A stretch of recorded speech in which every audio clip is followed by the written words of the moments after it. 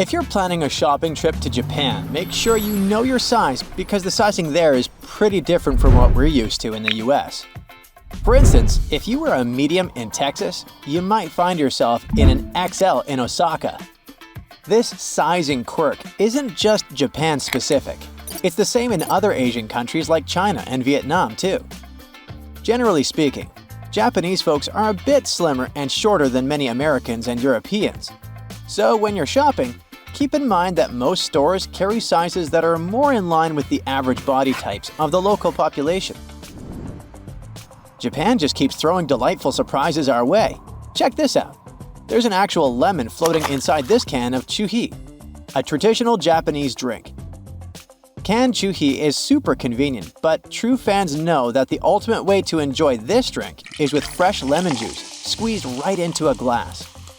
So, somebody really smart designed a can you can pop the entire top off, revealing a slice of real lemon just chilling inside.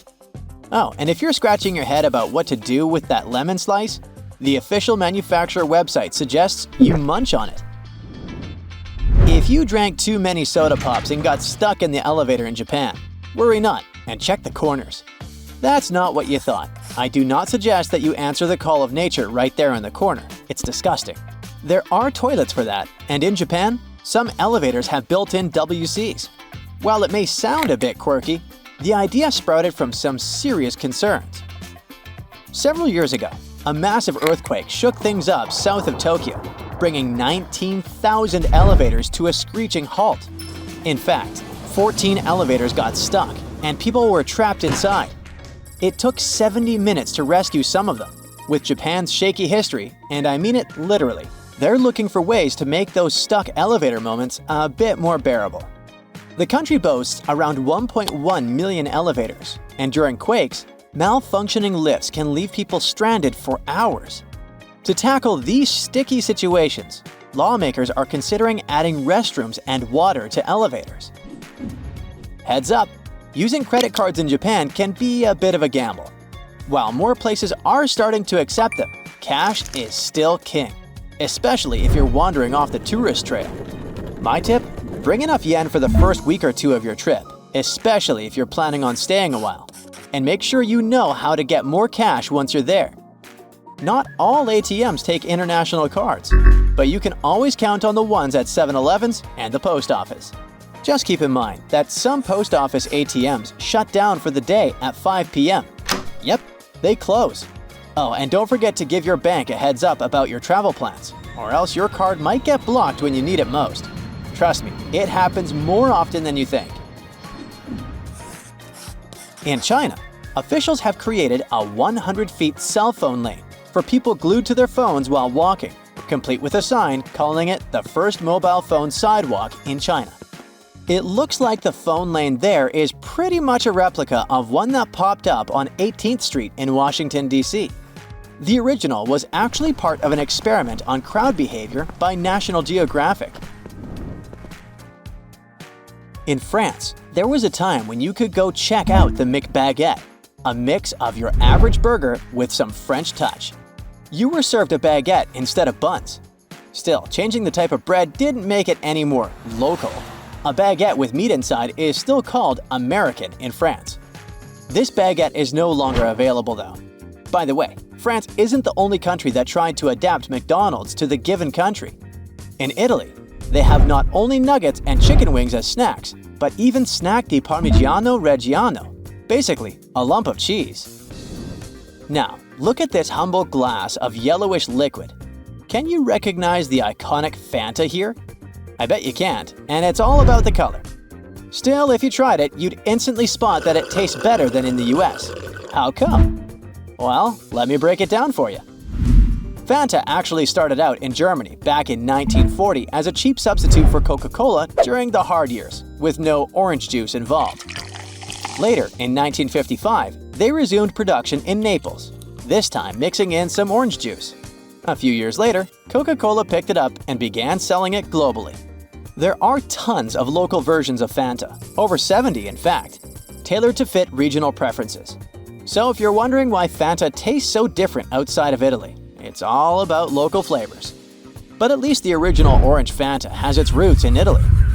Also, in Italy, if a drink is labeled as citrus drink, it has to contain at least 20% of actual juice. And even though Fanta in Italy has less than that, around 12% orange juice, in other places it's only around 2.5%, or even none. No wonder it tastes different. Here's a quirky little tidbit you might not stumble upon in your average travel guide. In Germany, almost every parking garage has a special treat just for the ladies. Yup, the top floor is reserved exclusively for women. As long as there are no guys in the car, you're golden. This sweet setup was introduced as a safety measure. If a woman's out shopping or catching up with a friend over dinner, her wheels are parked close to the exit and under the watchful eye of security. While some folks have debated the validity of these female-only spaces, they were created with safety in mind. Even though Germany is pretty safe overall, it's nice to have that extra layer of protection. Now, this Reddit user shared a photo of a bathroom in a Delhi hotel. It all looks cool and fancy, but hey, aren't these rugs? Looks weird, especially placed right under the urinals. I mean, they are surely here for a reason. But I don't have an explanation yet. Share your thoughts in the comments. Ever found yourself wandering the charming streets of France, stomach growling, only to discover that your favorite boulangerie is closed for its midday siesta? When hunger strikes and the boulangerie is shut, it's time to meet your new best friend, the baguette vending machine. You may no longer get a baguette from McDonald's, but there are fresh baguettes available from an automatic dispenser. In fact, they're popping up all over France, even on quaint village outskirts, or embedded into walls like your friendly neighborhood ATM. Let's go back to Japan for a sec, shall we?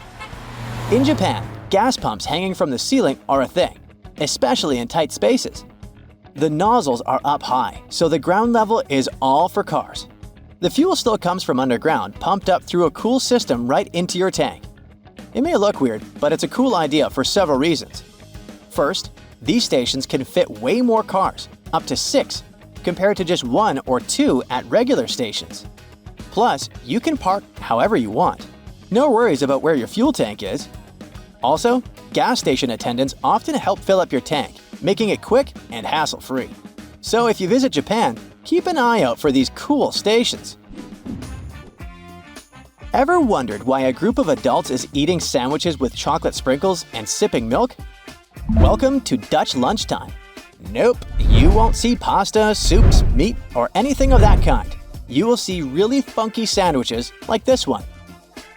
The Dutch are adventurous with their sandwich spreads.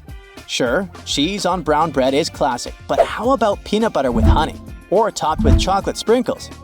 Yep, that's a thing.